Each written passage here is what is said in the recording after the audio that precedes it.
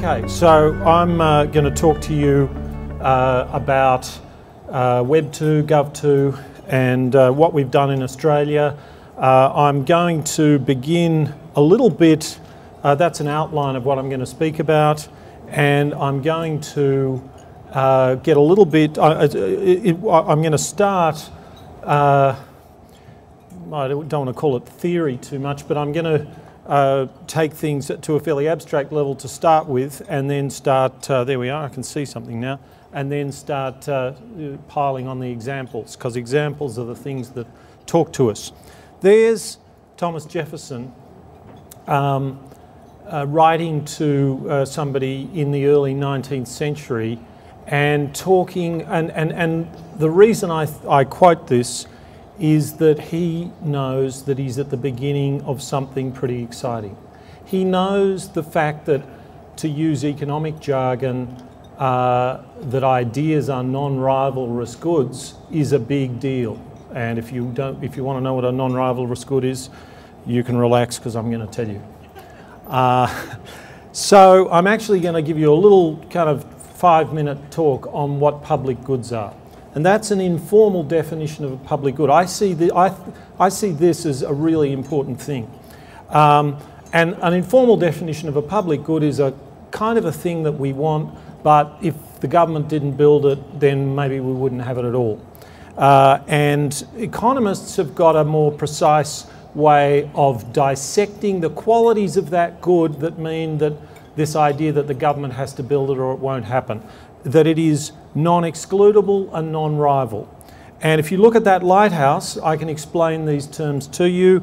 Non-excludable means that you've got this idea you're going to build the lighthouse. The lighthouse has got a light going around, it stops ships shipwrecking themselves on the cliffs, and they get the benefit of that whether or not, they get the benefit of that no matter what. So that's a very poor basis on which to say, please pay us a price of using the lighthouse, because the ships travelling past say, oh, look, thanks, I'll be fine on my own, thank you, and they use the lighthouse anyway. So non-excludability is the reason why public goods are a problem, because we can't price them. And non-rivalrousness, if that's the public good problem, the public good opportunity is that something that's non-rivalrous, we actually want it to be, there are really great things about it being a public good. This thing that I'm holding in my hand is a rivalrous good, and that means that if I've got it, you haven't got it. But the screen behind me is essentially a public good, because the people on this side of the room are enjoying whatever is on that screen, or not enjoying it, depending on your tastes and what happens to be on the screen at the time. And so other people on that side of the room. So within this room, that is a non-rivalrous good. And economists think of public goods as a really big problem. Now here's a guy, he's the founder of economics, of modern economics, a guy called Adam Smith, and he's famous for writing The Wealth of Nations in a year that's celebrated on this continent, at least a little further south from here. And 17 years earlier, he wrote a book called The Theory of Moral Sentiments. And what the theory of moral sentiments is about is essentially the social preconditions of markets. That is, what characteristics have to be in the public ethos for people to be able to do business with each other easily. And he wrote about trust and a whole bunch of things that have come back into fashion. The thing that's interesting is that he didn't use that expression, the expression public good, but that ethos in the community is a public good. And Smith actually wrote a whole treatise on language. And the thing about language is it's our great, as a species, our great public good, and the government didn't build it. And except in France, possibly in Quebec, I don't know, the government doesn't even enforce it. So that's kind of interesting. And the other thing that I mentioned by way of aside is that there has been a sort of idea amongst people in the last decade or so that if we could really kind of almost obliterate government, or in fact drown it in the bath, to quote an American politician, that would be a good thing. Now, it is not making, I'm not making a comment about the ideal size of government, which should be either smaller or larger or the same size as it is, depending on your taste. The idea that we can do without those basic public goods is tried. It's tried regularly around the world, and that's roughly what it looks like. It's called a failed state. Those people are being selfish. Those people are looking after number one, and it's not a pretty sight, and it's not really what we're after. So let's talk a little bit about information goods. That was the largest encyclopedia in the world. It was written in the 15th century in China, and it had 700,000 articles in it, and that wasn't exceeded even by Encyclopaedia Britannica. It was finally exceeded by you-know-what. But there's Encyclopaedia Britannica, a potential public good as a private good. You buy that as bricks and you put them in your library, and they're not making them anymore. Britannica, you can imagine, was somewhat wary of producing that product because there's not much private good about it and an awful lot of public good there. And these are guys who are sort of hoping to make money out of this product. And then along comes Jimmy Wales, and he's got this idea of producing the public good publicly, and he gets experts to produce the public good. It's called Newpedia. He had about 2,000 articles properly peer-reviewed by experts and so on, and went nowhere. And one weekend, he kind of experimented and just let anyone have a crack at this thing, and we know what the result was. Now that's an important thing to think about, because it was not just opening this thing up. It was something about going social that provided the motive force behind what happened. And that's something we see again and again. But to stay on my topic of public goods just a little longer, there is a list of public goods. They're new public goods. Not one of them was built by a government. Some of them are built for profit, some of them are built not for profit. Not one was built by a government, and I spent some time in 2009 telling audiences of this, and then realised about a month or so after I'd begun doing that there's something else that could be said, which was that not one of them was built by an existing organisation. So Microsoft at this time is kind of scouring the world with a war chest of about $30 billion, trying to get onto the next big thing, next big money-making opportunity, and it didn't pick one of these winners. So something different was going on, and this is the turn to social. This new engine of public goods. So one way of looking at this sort of idea is that at the one end we've got these traditional coercively funded, centrally funded public goods, and then at the other you've got these things that are essentially like language. And language is the first one there, Linux. And then there are things where you build a platform and people congregate like bees or polyps in coral, I guess, and they build this resource for each other. And just as language got built by individuals kind of trying to communicate and suit themselves, and gradually this thing assembles itself, and the accretion is this fantastic resource that the community has. So I want to suggest to you that public goods, we are in a world in which public goods are going from being the problem to this world that Thomas Jefferson kind of sensed, where public goods are an incredible opportunity that we are facing. And another way of thinking about this is to think of that same space and to say that there must be, if I can point there, no I can't, there must be this space in the middle where where things could happen but they can't get funding.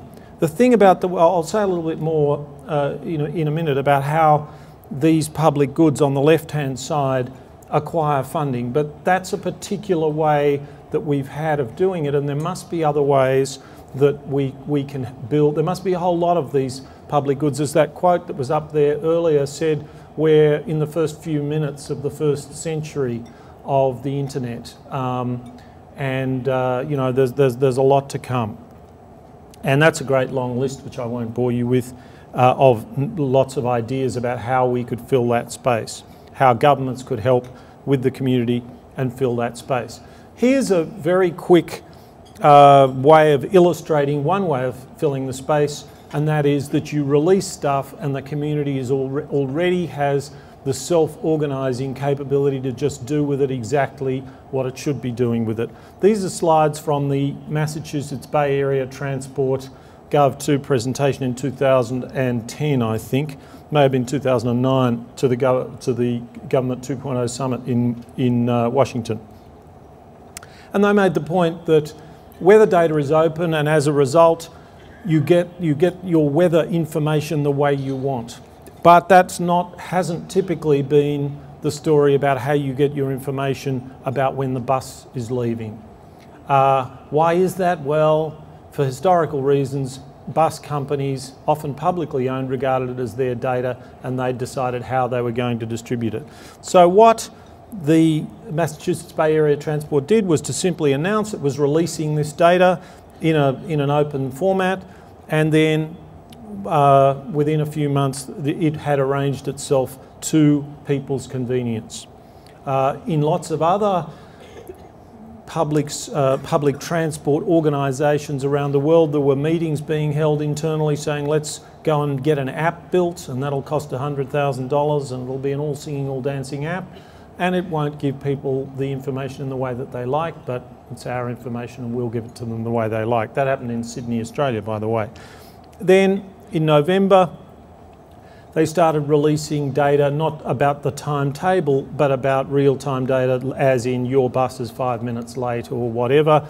And within a single hour, it had started to turn up on Google Maps.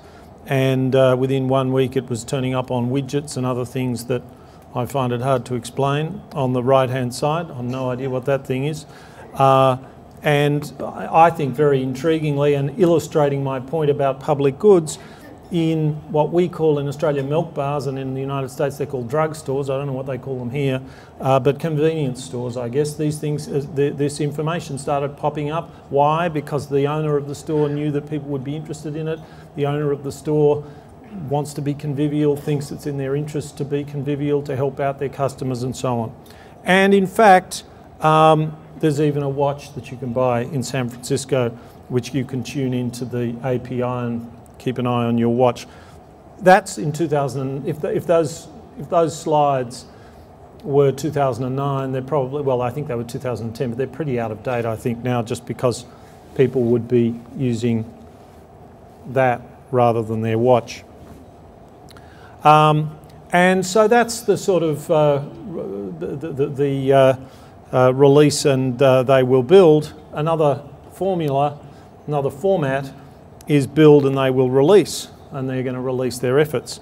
You might like to know of this project, an Australian project, which is the newspaper digitisation site that our National Library runs. We've digitised our newspapers back to the First Fleet in 1788. We didn't get a newspaper that we've got a copy of until 1802, I think, the Sydney Morning Herald. In any event, there's something very useful about digitising these things, because then you can go and search for particular words, particular stories and all that sort of stuff. So the way it was done was the whole thing is subject to OCR, optical character recognition by computers. And of course, these are old newspapers and the optical character recognition is a bit dodgy. So you can see that there a newspaper story called No Stop Work, Wharfies Told, is translated by, the electronic translation says, Whoa, stop work, which is wrong. There's a certain kind of logic to its wrongness, but it's wrong nevertheless. And that turns into a wiki, and the public correct it as it goes, as they go, save it, and so on. Now, they were going to launch this site, but they found that they didn't really have to, because when they made it go, well, after a few days after it had gone live, it has never not had somebody on it ferreting around, looking at articles and correcting the articles. Some people seem to be making it their life's work. 24 hours a day it is attended, and 20% of the correctors are overseas. That's probably mostly expats, but who knows, perhaps people are becoming somehow fascinated with Australian history. 30 million lines of text have been corrected, and Julie Hempenstall from Bendigo has corrected 500,000 of them. Now this slide was done some time ago, and I can show you a picture of Julie. That's Julie. Julie says she prefers doing this to doing her housework. Her house still seems to be in some reasonable kind of order, though she is a little red in the face. Julie, I predicted while we were doing the task force that Julie, you know, if you wanted to beat Julie in being at the top of the leaderboard, you had your work cut out for you. People would make a lunge at Julie, and Julie would put in some more hours and end up at the top of the leaderboard. Alas, Julie is now looking a little bit like a case of burnout.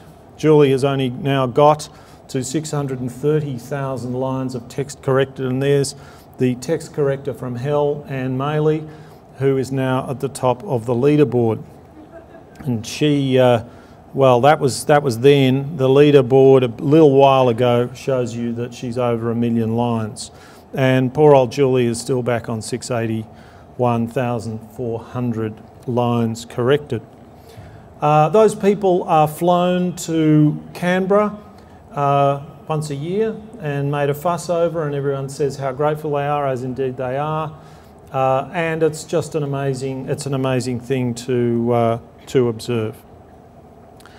ABC, our national broadcaster, the equivalent of your CBC, has a regional presence in 56 offices around the country, and is equipping all of them with a multimedia mentor, if you like, and the idea is that people in the community will ring up and say, I want to make a program about, you know, drought or flood in Mildura, in my local region, or family history or whatever, and that person is available to them as a resource to help them do that. And of course the idea is to get high quality content out of them, which is shown on ABC Open, the website, and then can make its way up the ABC set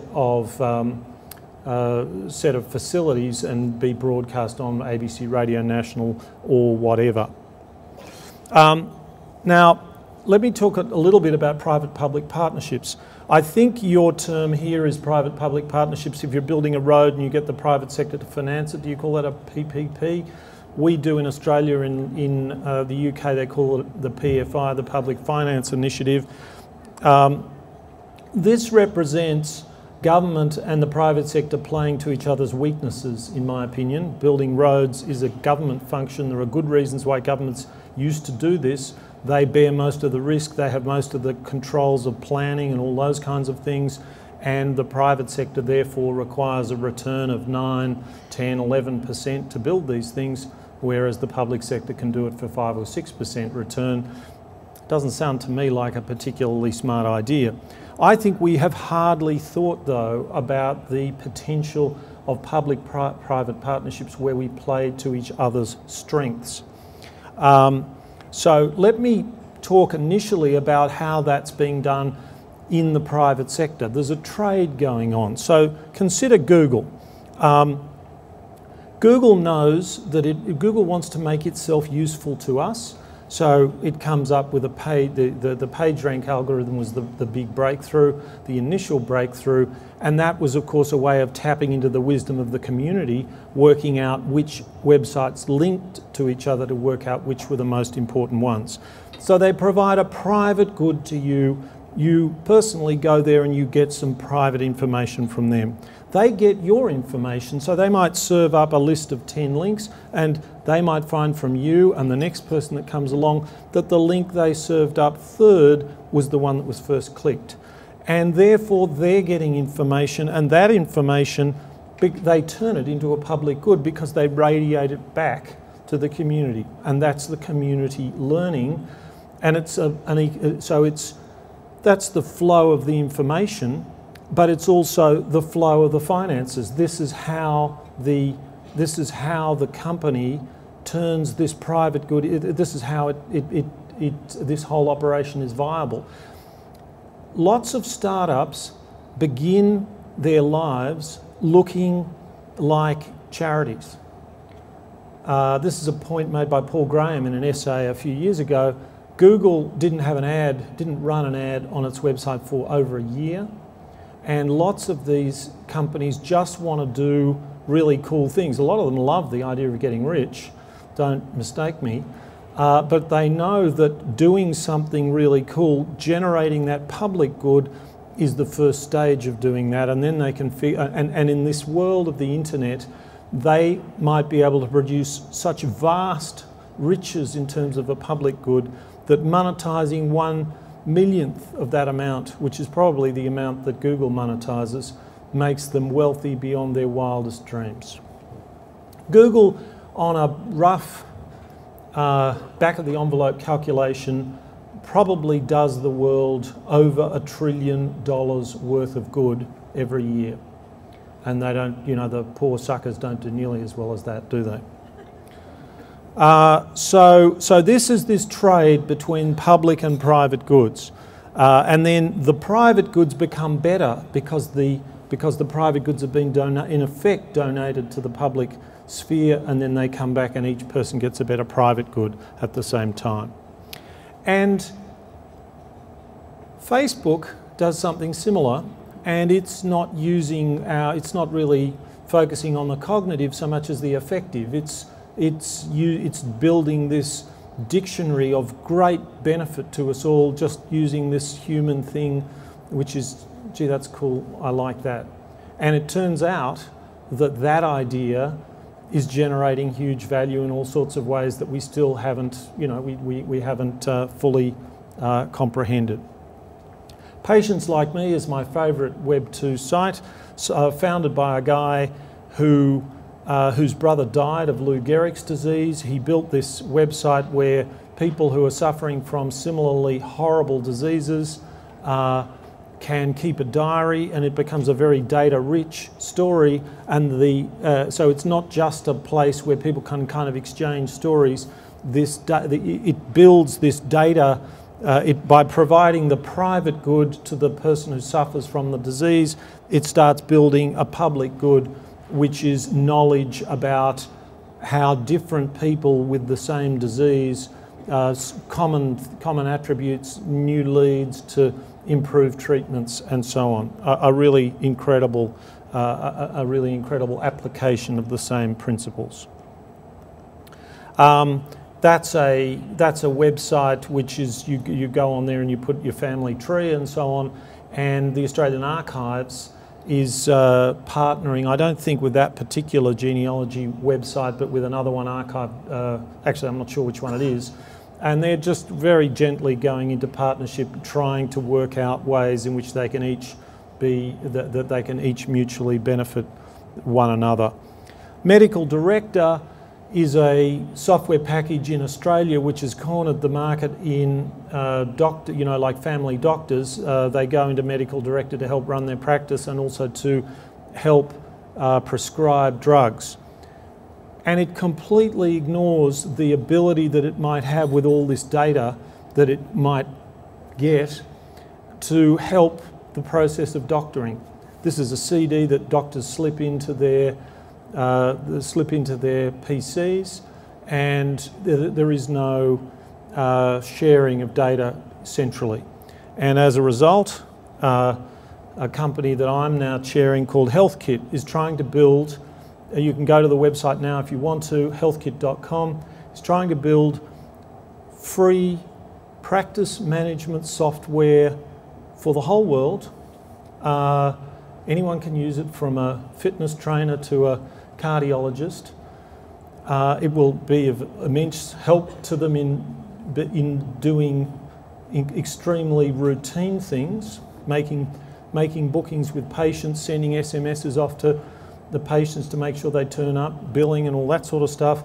And at the same time, we're going to be trying to work out ways in which we can use that data to the advantage of patients. And if we can use it to our own advantage without at the same time as using it to the advantage of patients, I will be a happy man, but I'll be a perfectly happy man if we don't make lots of money from it as well. Here's an example. Rate My Professors is an example of something that could really benefit from a private-public partnership. You're probably familiar with the site. It's a sort of consumer site for academics. That is for students of academics to go and work out who's a good lecturer. The problem is there are all sorts of things going on there because people don't have to identify themselves in a secure way. So there's all sorts of strategic behaviour going on with students giving bad reviews to professors who gave them bad marks and all that sort of stuff. So the government could enter some kind of private-public partnership in which it provided authentication on an opt-in basis, and sites like that could be hugely improved, and we would have a new public good on our hands, and the government would have spent very little money, and they certainly shouldn't go out and try and build it themselves. DIY government. Those are a set of signs in California, and an artist guy, a pretty crazy guy actually, decided that he didn't like one of these signs, and so he just dressed up as a local worker and put up a new sign. He didn't like the fact that when he turned left into his suburb that he didn't have that 5 there like the other people did, so he put it there. It was there for 8 years. Anyway, he's a performance artist, and I'm not really proposing that to you as a sensible way of having road signs written. But in fact, we're starting to see a big DIY movement in government, and an example is Fix My Street, which was set up in the UK, and you will have heard of this and similar things. In fact, I remember seeing people at this conference talk about them, where you go and you mention that there's a pothole here and so on. So it started it off, and it's a not-for-profit. This was the first government mash-up in history run by the task force that I chaired, the Government 2.0 Task Force, and it's essentially Fix My Street with an Australian gloss on the way in which it presents itself. It's called It's Buggered, Mate, and it asks you the question, what's buggered? Where is it buggered? Then you move on, and it says how exactly is it buggered, and your email address to help you track the unbuggering.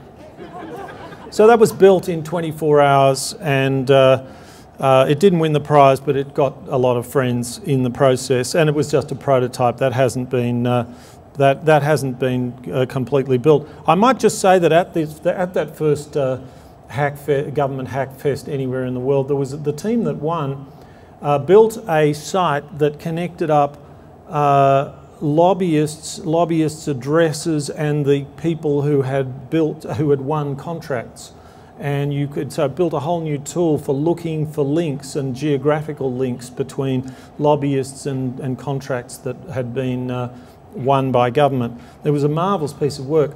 The thing that I thought was really lovely about it was that the group who built it consisted of a team of 6 people, and they all got on so well that each of the 6 people thought that they were the newcomer to the group, and that all of the other 5 were old long lost friends and part of the real team.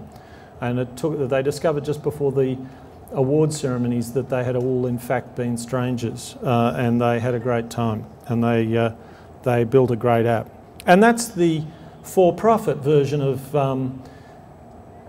Fix My Street, set up by Ben Berkowitz in Boston, I think. And you can run that system here, I'm pretty sure. And Joondalup, which is a town in WA, does just that. In WA is Western Australia, sorry. So it's worthwhile trying to sort of conceptualise that instead of just saying, oh, well, it's people doing it for themselves. What's happening here? Well, one analogy is to think about telecommunications reform and utilities reform generally. What we did with telecommunications reform really all around the world is we started with government and monopolies, and the government built the entire network all the way to your handset, and you rented the handset, And then gingerly they started dismantling those. The easiest things to do as far as getting rid of the government monopoly was to get rid of the monopoly on handsets, because handsets are naturally an area that can be perfectly competitive. Whereas the network is always going to have natural monopoly characteristics, and there are a bunch of difficult to solve, impossible to completely solve problems at the network level, but at the handset level they're all pretty straightforward. So we decided that this could be handled by a competitive market, and that's exactly what we did. In the age of Web 2, we can do that kind of thing with quite a bit of customer service. Now that doesn't mean that we necessarily get rid of customer service at the government level, but we can open up government so that customer service might be provided, if you like, retailing might be provided by people other than the government, and the retailing might be done not just for profit, but for civically minded motives. And so a site like Open Australia is a sort of community-run Hansard, and I think if I use the word Hansard, I'm understood here. Am I? The parliamentary record? So that site seems to, well, I think about 10% of the visitors to that site are from Hansard. They come because even though Hansard puts a lot of effort into making sure typos don't get through, typos do get through, and the community picks them up here. And there are all sorts of things about that site that work better than Hansard. So it's a pretty sensible thing to cooperate with that, as Hansard has done, even though it's done so within a legal structure which keeps telling them that they shouldn't cooperate with us. So they had copyright over the parliamentary record, would you believe? Something that doesn't happen in the United States, because that's in the open, congressional record is in the open domain, thanks to people like Thomas Jefferson. But in English Commonwealth countries, the Hansard tends to be copyright. So this site in many ways works better than Hansard. When Julia Gillard first became Prime Minister, I was giving a talk. A few hours later, I needed to find out the cabinet reshuffle that had gone on to fill the empty space that she left as Minister for Education. I couldn't find it on the government website. No doubt it was there, but you know, the Prime Ministerial website was still telling me that Kevin Rudd was the Prime Minister, so it wasn't going to be much help. And there it was, about an hour after it had happened, an entire profile of the new minister and his new portfolio and so on. So something that you don't pay for, you know this saying, you get what you pay for. Well, in this case, people who are doing this because they want to do it are likely to do a good job of it, and in this case, a better job of it than people who were paid to do it. I want to also talk about radical openness is another issue, another part of the repertoire, if you like. You've heard of examples using Ushahidi, and that's Ushahidi there. This was the Christchurch earthquake. Tim McNamara, who wasn't in Christchurch, he was in Wellington, New Zealand, realised that what really needed to happen there was they needed to get a hashtag, they needed to start going through tweets for useful information on the ground. There were 300,000 tweets. Only 15,000 of those had good information in it like that. And so this group of volunteers around the world went through those tweets, passed out the information and got it onto the website. Governments whose job it is to look after emergency management weren't quite managing to do those things, even though they were doing some worthwhile things. This is a picture of a guy called Justin McMurray. He lives in Keller, Texas. Do you know what he's doing? He's retired, by the way. He's on the help desk of Verizon. He's a volunteer, and he prefers doing that. He does it 25 hours a week, and he prefers doing that to playing golf, he says. And, you know, lots of people do. It's helping people out, it's having a bit of a relationship with people, and so on. And if he does that, if you think about the things that governments do that have a natural appeal to people because of their intrinsic worth, and think of how those kinds of things might be able to be used. And essentially that slide stands for that proposition, that the only things that get in our way of structuring something the way we want to structure it are now cultural, cognitive or whatever, but they're not technical. Technically, you can configure stuff any way you like. And now for my Where's Wally segment. I think in this continent it's called Where's Waldo. This is a big problem. This is the sort of the thing that Wikipedia challenges, which is that you know, if you want to know about the West African naked mole rat, and I recommend, it's the East African naked mole rat, I recommend the East African naked mole rat to you, not so much for its looks, but it's an interesting species. You really need an expert on East African naked mole rats, and they can be quite hard to find. There may be nobody in this room who knows more about them than me, and I don't know very much about them. Go and have a look. Somebody look at them on Wikipedia. There's the most horrible picture of one. In any event, how do we find just the right person to tell us something that we really need to know? It's the old needle in a haystack problem. Let's go back to the 18th century very quickly. We're sitting around a table. The footman, this is a true story, a footman waiting on the table of a family. The family started talking about the family motto, which was that motto that I've just put up there, and the young woman in the family, well, the footman had a bit of a crush on somebody who was way beyond his station, and he wasn't able to really do much about that. But the master of the house noticed his face changing slightly when they were talking about the family motto. And he said, "What, do you know something about this?" And he said, "Well, yes, I do."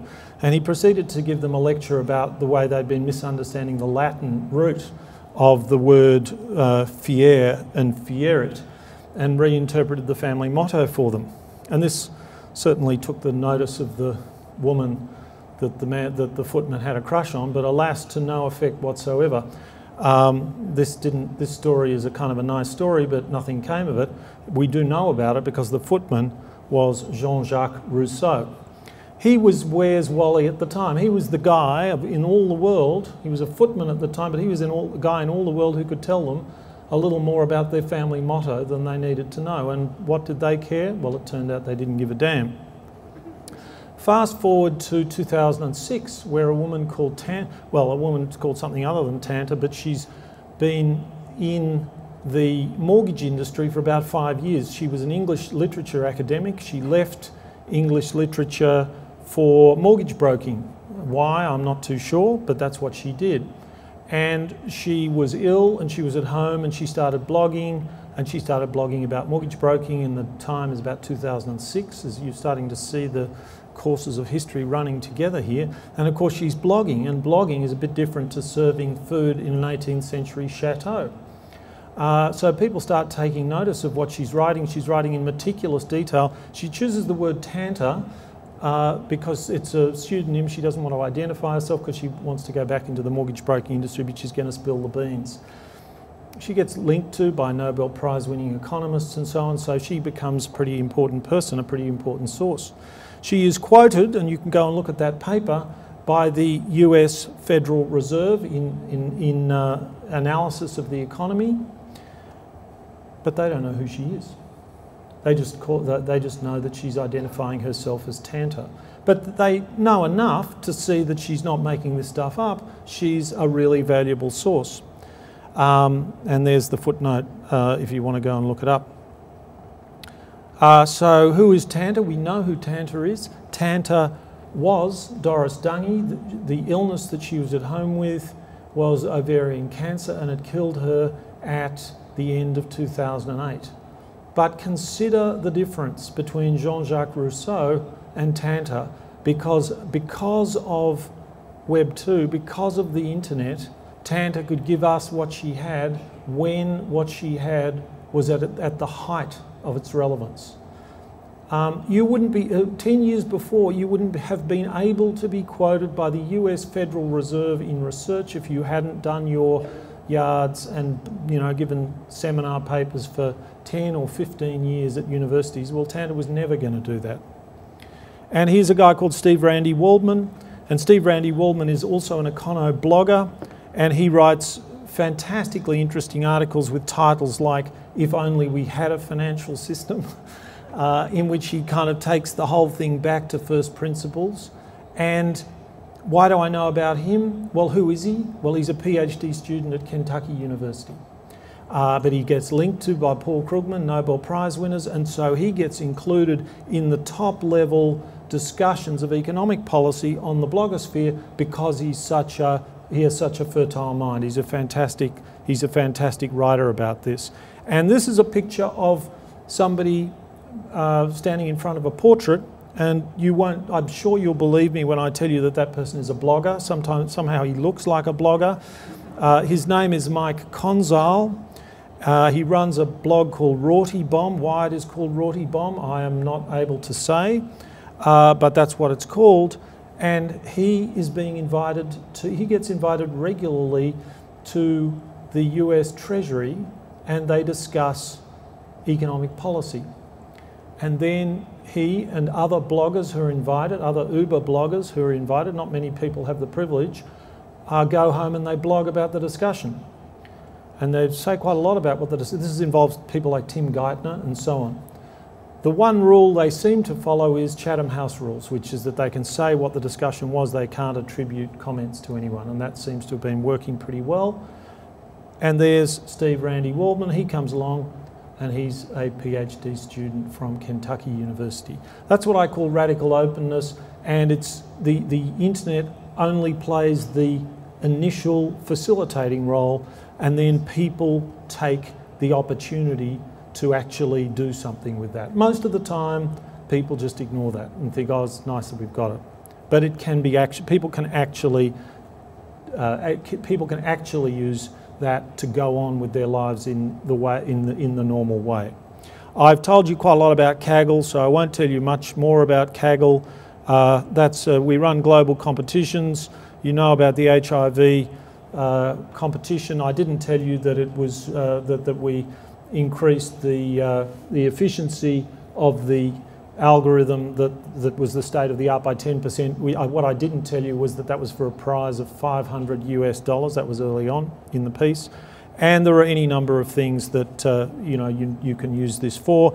This was the first government-run data competition anywhere in the world. It was by the New South Wales government on Kaggle, and we helped them build, with the help of some PhD students in North America, a Canadian and an American, a really elegant algorithm which helps people get what are effectively weather forecasts for how long it's going to take them to travel on Sydney motorways, Sydney turnpikes.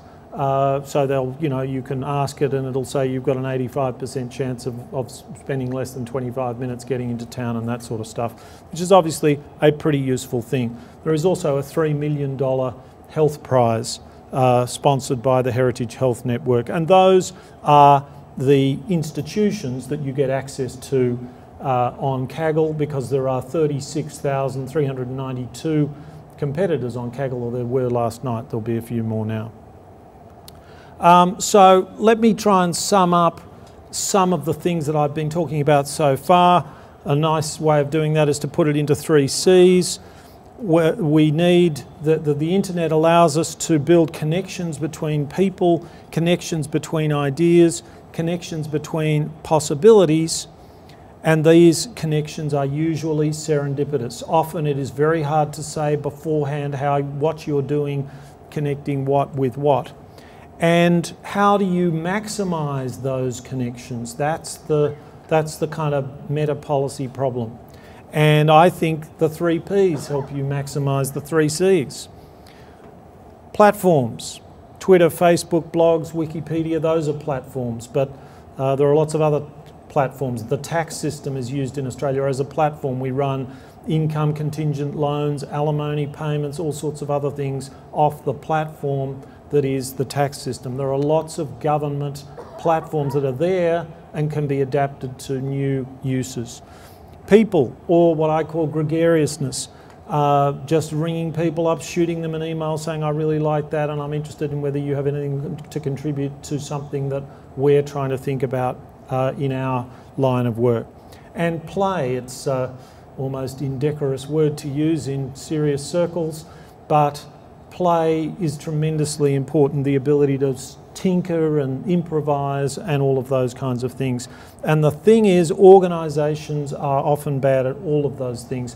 And we sort of beat up on governments, but the main reason why governments are not so good at these things is because governments are large organisations, and large organisations, as you'll recall, not one large organisation built one of the major Web 2 platforms. It required a different kind of thinking.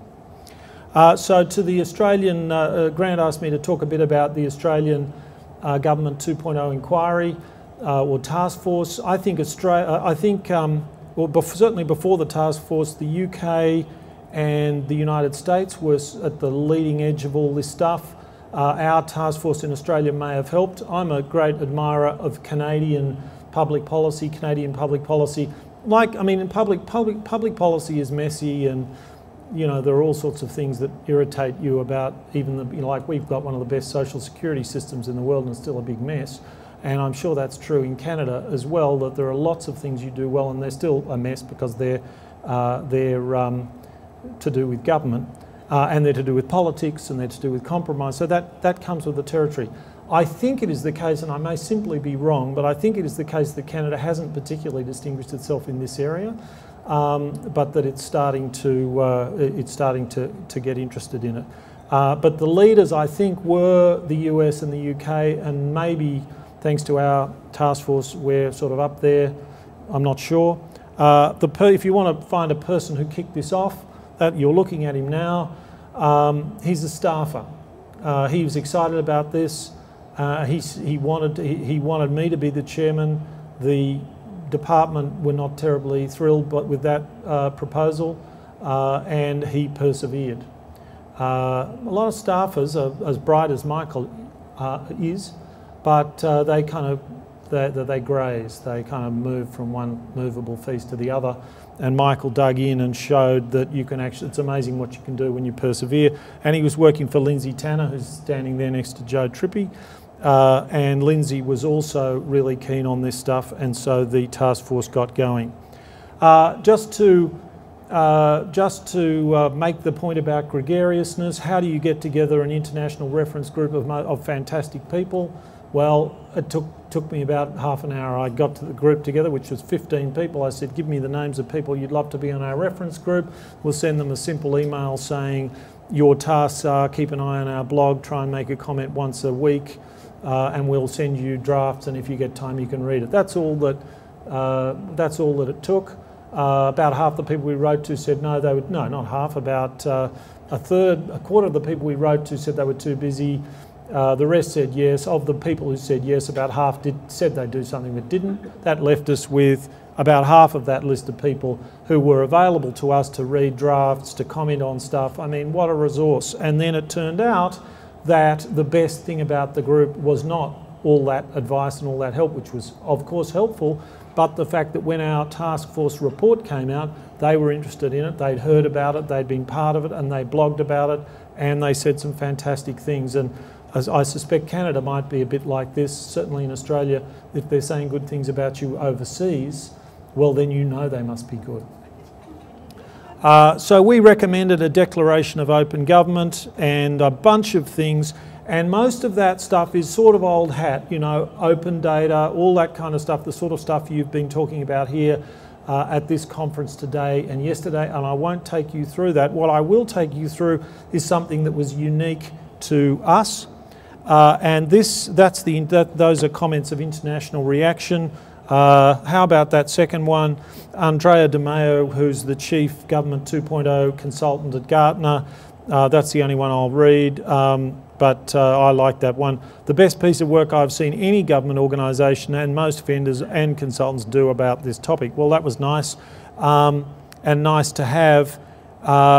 This is a longer quote that he gave us. It's a longer set of comments, and the bottom comments are in larger text, so but I'll read it for the people at the back. Australia is the place where the Government 2.0 Task Force has recognised the centrality of employees in the federal government, and the federal government has bought into that idea. So I want to leave that thought with you, that is a really important thing. We hear a lot about what the government can do, and of course we should be talking about cool things that the government can do, but most of those ideas are going to come from employees somewhere, from people involved in this. They don't have to be employees, of course they can be outside government, and we need to empower such people, to give them enough space to actually start experimenting, start doing the things that they think are worth doing. Some of them will be worth doing in spades, some of them won't be worth doing, and we need to start creating the room for those sorts of experiments to take place. And the other thing we talked about was public engagement. We think it is essentially crazy in the situation we have at the moment, which is that we have this very sort of schizophrenic relationship between public comment and private comment, but most of what public servants are asked to do, most of what would be useful for public servants to engage in is not public comment on behalf of their agency, because what agencies have to say is very uninteresting. You know, why did it roll out this particular program in February? And the answer is it was considered appropriate to roll out this program in February. I mean, that's the sort of logic you'll get out of an organisation. But the actual process of professionally discussing matters. Now, of course, as public servants, they need to steer clear of party political controversy, but many public servants are engaged in technical, professional consideration of a whole range of subjects, and it would be not just beneficial for the community if they were able to talk about that more, and did talk about that more, but it would be extremely beneficial for them, because they would be on Steve Randy Waldman's blog and all of these other sorts of places, not just educating the community, but educating themselves about the issues, being challenged in their own views, and so on. To give you an example, Kaggle's website used to get about 6 new follows a week, where this is very early days. And then, not because we were experimenting, we weren't doing anything, but Anthony, the founder, took the logo off the Kaggle profile and put his own picture on the Kaggle profile, and more than doubled the number of Twitter followers every day. People relate to other people. Remember the social term. They do not relate to agencies. They do not relate to logos as much as, you know, notwithstanding the fantasies of marketing assistants and various other people. So what I thought I might do is, this is something else I'll quickly mention. Radical openness, I'll do this in a fairly abbreviated way, I'm running out of time, but radical openness, remember, Wikipedia solves the problem about what to write about the East African naked mole rat by the neutral point of view. And the neutral point of view, whether it's the East African naked mole rat or George W. Bush, you might not agree with whether he was a good guy or not, but you can agree that he was born in 1936 or whenever he was born, and what college he went to and so on. The neutral point of view.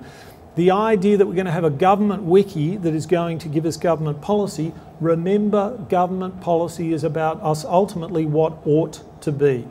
And there ain't no clear way of generating a convergence of reasonable people on a single view on that subject. So far, attempts to introduce wikis to that sort of activity have not worked well. That's a how to save money website of the British government when they just got in, the Conservative and Lib Dems, and you'll notice the 5th item there that was coming 5th in all of the suggestions was to make the Labor Party illegal, ban them money wasters. Another one was to confiscate Margaret Thatcher's estate, though I mentioned that for reasons of ideological balance. You can see that those proposals are essentially not any use to anyone. That's what I call vox pop democracy, and it doesn't really help very much. A nice example, when 2008, the United States is plunging into the worst recession since the Great Depression, and Barack Obama had a brainstorming exercise online to vote the most important issues, and hands up, who knows what the highest voted proposal was to legalise marijuana. The next highest was to release Barack Obama's birth certificate. In the top 10, and you can sympathise with the Americans, they have more trouble with this than others, was to release the Roswell files, because they have had a little trouble with space aliens abducting some of their citizens. We don't have any of that in Australia, but it probably, you know, it probably leaches over the border a bit here, I don't know. So this is a project that I'm involved in, which is an attempt to rescue this space. And the idea here is that, a bit like eBay, we're going to, the people on the site will develop reputations for how diligently, how much they know, how helpful they are, and that way you can look through the proposals of those proposals favoured by or proposed by people which have a certain reputation, you know, who know what they're for knowing what they're talking about. You guys want me to wrap up in how long? 2 minutes? 1 minute. 1 minute. Lee, why are you enjoying it so much? Let me just say, this is kind of getting to the end. What's good and what's to say what's good, that's a big fat tick, and what's not so good, well, that's a big fat tick too. We've got new licensing with Creative Commons. That's a big fat tick. Little fat tick that's taking it forever, but it's actually happening. Information release is a big fat tick with an information commissioner, an independent officer that's getting that information out there. Little fat tick, it's taking its time as well, and I could tell you some other stories. That's what I call Gilbert and Sullivan reform, which is you say, well, we've got this new thing we're going to do. Who's at a loose end? You and you. Put on the costumes. You're our new government openness unit. That's been a bit of a big fat tick.